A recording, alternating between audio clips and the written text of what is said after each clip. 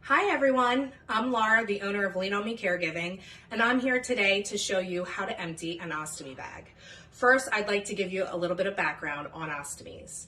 An ostomy is when part of the intestine is surgically moved to the outside of the body. This part of the outside of the body is called a stoma, and that is where the stool comes out of.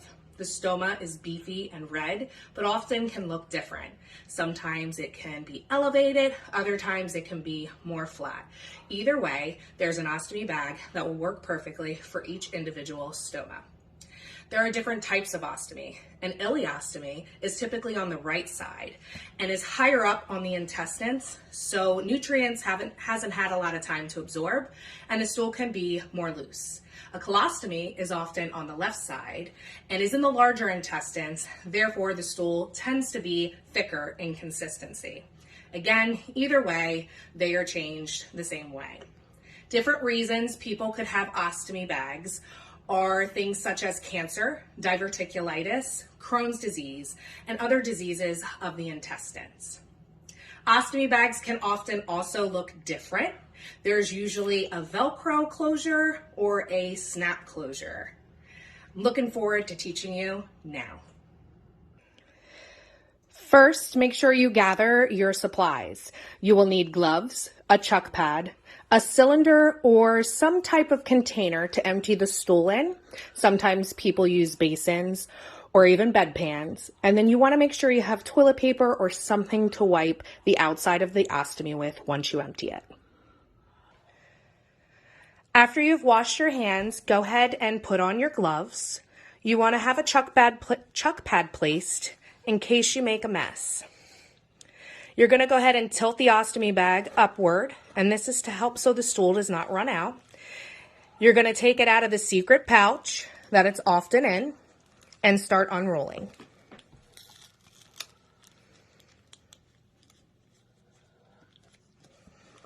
You can go ahead and take your cylinder and place the bottom of the bag into the cylinder. Go ahead and press on the bag as the stool starts coming out. Don't worry so much about pressing on the bag or the stoma. Sometimes you need to do that to get the air out. Often the stoma itself isn't painful. Sometimes the skin around the stoma can be sensitive, but you want to go ahead and make sure you can get as much stool out as possible. Go ahead and place your cylinder aside once you are just about done. Now for the really important part, we want to make sure that we keep the bag clean. Often, remember, when you are emptying the bag, if there is a lot of stool, you want to make sure you're moving the bag up or the cylinder down so the bag itself isn't sitting in the stool. You can pinch the sides of the bag to open it. Sometimes it can be a little tricky. And clean inside the bag. Just get some so there's no stool once we roll it up.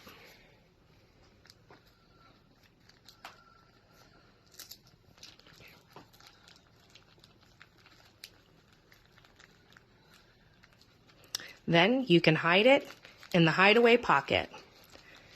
If you do have a snap colostomy bag, you would simply snap it versus rolling it. Go ahead and dispose the stool in the toilet. Then you clean your cylinder or your basin with soap and water.